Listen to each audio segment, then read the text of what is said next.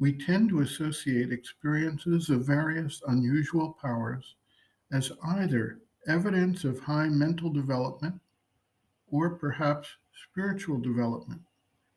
Most of what gets mooted about, however, may be seen as experiences of entering into various occult vital planes and bringing back the experience from those realms into the waking or the dream state of the individual. This does not actually require that the individual be someone with either extraordinary mental capacities or spiritual opening.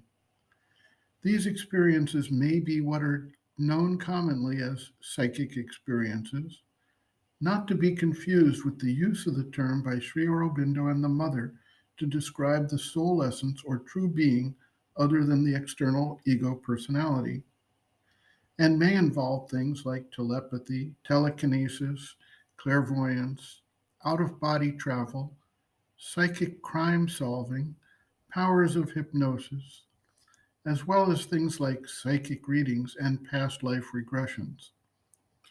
Some of these may be real powers that manifest for individuals, while some of it may be either fantasy or even fraud, intended to provide an income stream or fame to the individual. And it is obviously not easy to sort all of this vital energy out properly. Military units in various countries have in fact invested heavily in developing teams who could undertake remote seeing and other powers that might give them an advantage over their enemies. And others are researching things like entering into an individual's dream state and influencing their waking existence. They can come about in any individual, sometimes without warning, and may represent a born capacity or a developed capacity to enter these realms and bring back experiences or transcriptions from there. Obviously, none of this is actually pertinent to the growth of the spiritual personality.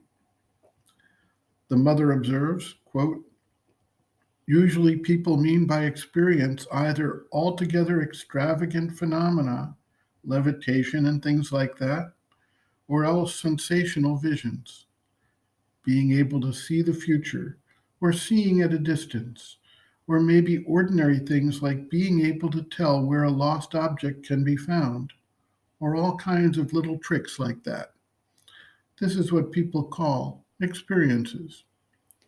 Well, usually people have these faculties are not well educated, but for some reason they are born with a gift, as some are born musicians, others painters, and others scientists.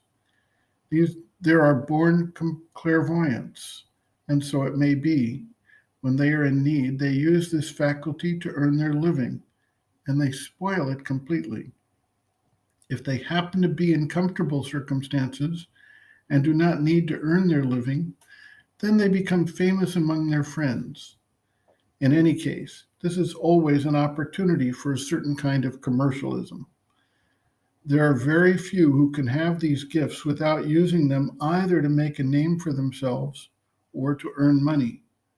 But these gifts are not of a very high level. One can have them without having a very spiritual life. They do not depend at all on an inner spiritual height. One should not mistake them for signs of progress. End quote.